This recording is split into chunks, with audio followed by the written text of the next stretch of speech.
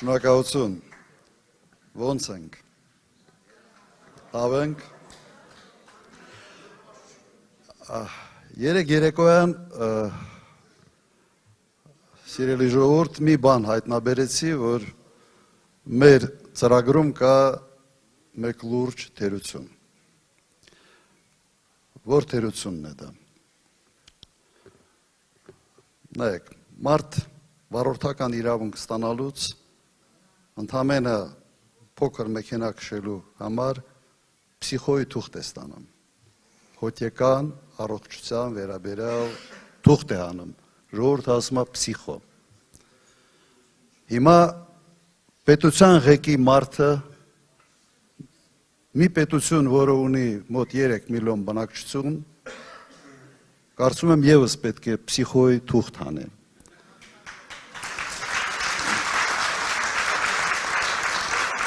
Եվ մենք անպայման մտցնելու ենք նաև մեր ծրագրի մեջ, որ վարչապետի թեկնածուն պարտավոր է փսիխոյի թուղթ անել մինչև ընտրությունների մասնակցությունը, որ մենք այլևս գժեր պետական ղեկի վրա չունենանք, ուրիշ տարբերակ այս պատնեշ դնելու չկա, ընդունում եք այս առաջարկը։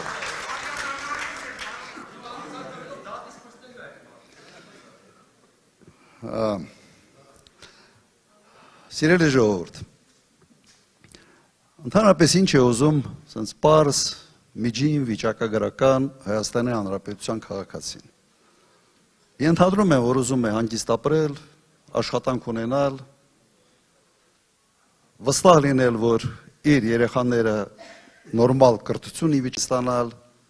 որ փողոցը անվտանգ է, երևի սա է, չի ուզում, պարզ ժողովուրդը։ Ժողովուրդը չի ուզում մտածի անվտանգության մասին, եթե կա նորմալ ղեկավար, խիպտի ժողովուրդը մտածի անվտանգության մասին։ Եվ մարդիկ բնականաբար ուզում են երեխան ունենա անվտանգ երկիր, անվտանգ ապագա, ուզում է, որ երեխան հանկարծ վարդ շրջապատում չհայտնվի, դպրոցում սովորելուց թմրամոլ չդառնա, սա պարզ ցանկություններ են, բայց ինչ է առաջարկում այսօր այս իշխանությունը մեր ժողովրդին։ Մշտական լարվածություն, իսկերիկ դրսևորումներ,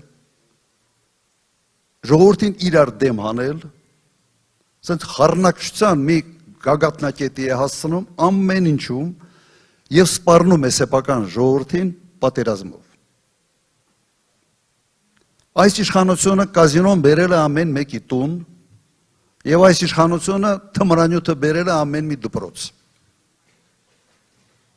Սրա համար ենք քվեարկել այս մարդկանց համար։ Էլ չեմ խոսում ազգային հարցերի մասին, չեմ խոսում Արարատ, Արագած, Բանավեճի մասին, չեմ խոսում իրենց ծրագրերում եկեղեցու դեմ պայքարը ամրագրելու մասին։ Մինչև ուր։ Հիմա հարց է առաջանում, ինչի համար են սա անում։ Ես ողջամիտ, ռացիոնալ բացատրություն այս ամենին չունեմ։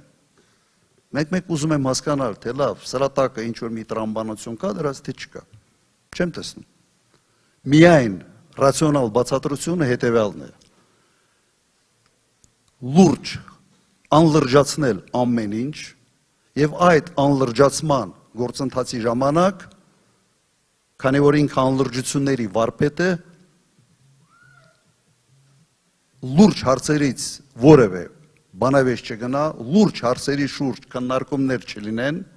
և ամեն ինչը բերի պրիմիտիվ, գժական, կսագժական մակարդակի վրա։ Սա է, որովհետև որևէ հարցի շուրջ,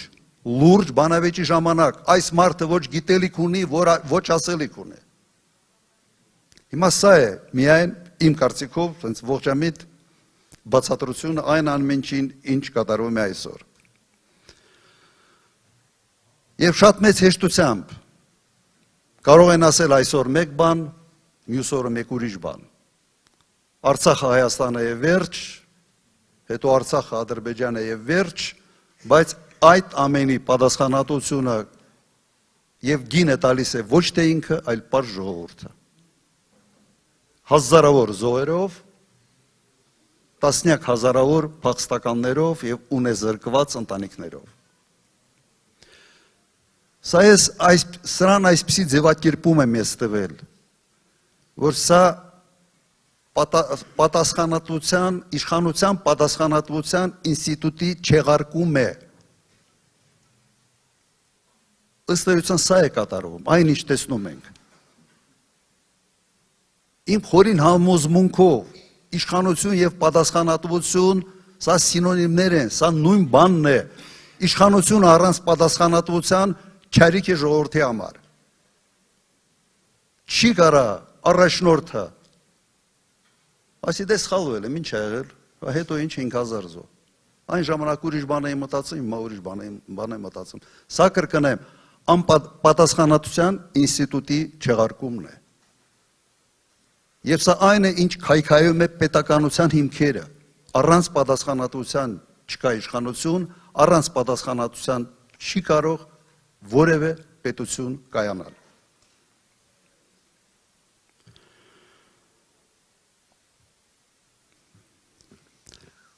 Սա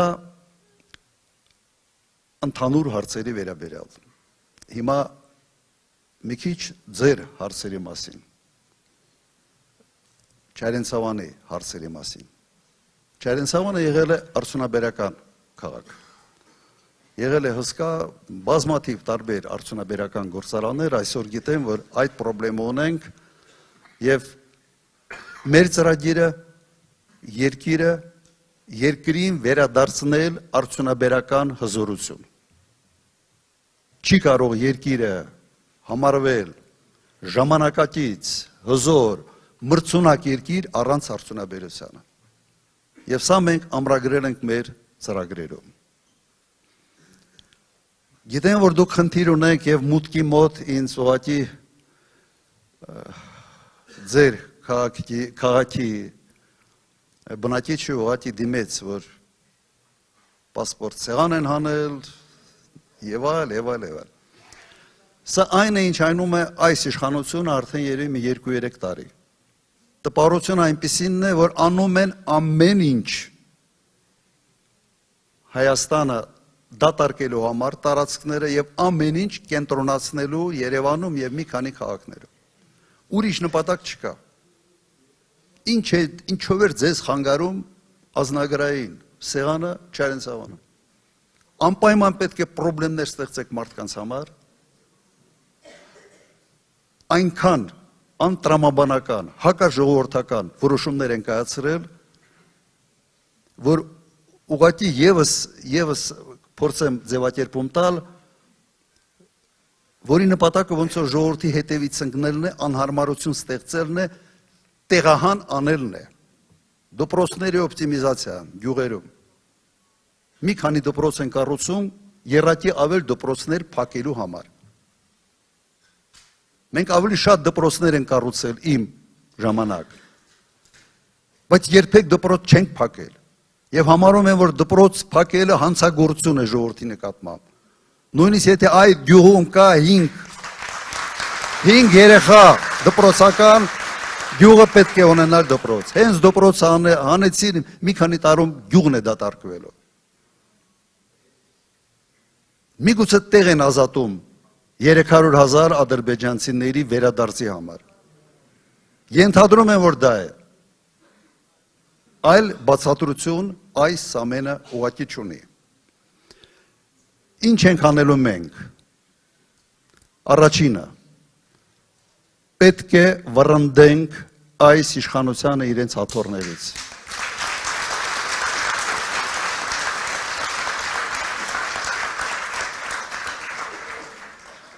Պետք է չեղարկենք բոլոր այն որոշումները, որոնք ուղղակի հակաժողովրդական բնույթ են կրում։ Բազմաթիվ են այդ որոշումները։ Պետք է փորձենք զարգացնել տարածքները։ Չի կարող Հայաստանը լինի միայն մեկ քաղաք, Երևան։ Սխալ քաղաքականություն է, դա երկիրը թուլացնելու քաղաքականություն է։ Շատ լավ է, մենք հպարտանում ենք Երևանով, բայց չի կարող Հայաստանը դառնալ քաղաք-պետություն։ Մենք այնպիսի տարածաշրջանում չենք, եւ սա ուղղակի հարված է երկրի անվտանգությանը,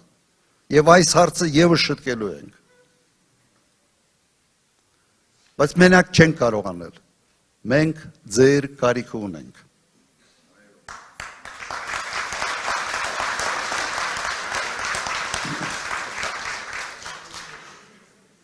Կարող եք ինձ ասել, ինչի մեջ է ձեր կարիք։ Չէ, հունիսի 7-ին։ Ժողովուրդ ջան, այս երկրում պետք է հաստատվի կարգ ու կանոն։ Շատ են իրենք խոսում կոռուպցիայի մասին, սա ամենից կոռումպացված թալանչիների կառավարություն է։ 8 միլիարդ դոլարով ավելացնել պարտքը եւ չկարողանան բացատրեն, թե ուր են գնացել այդ գումարները։ Մինչ այսօր ստեղծել էին, չի բացահայտված, ստեղծել էին անիվ հիմնադրամ, 25 միլիարդ դրամ անհետացել է։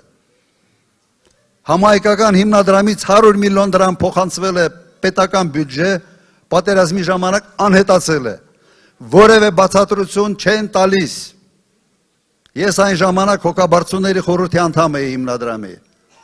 օնլայն ասպես քննարկում է եղել։ Ասում եմ, ուր են այդ գումարները, խի հաշվետվություն չեք տալիս։ Պատասխանը հետևյալն էր, ծախսել ենք։ Ինչի վրա եք ծախսել, դե ասում է, ինչի վրա պետք էր դրա վրա էլ ծախսել ենք։ Լավ է, չէ՞։ Մենք հաշտ ենք սրա հետ։ Իհարկե ոչ։ Ուրեմն սրանք պետք է պատասխան տան ամեն մի թալանած իրենց գումարների համար։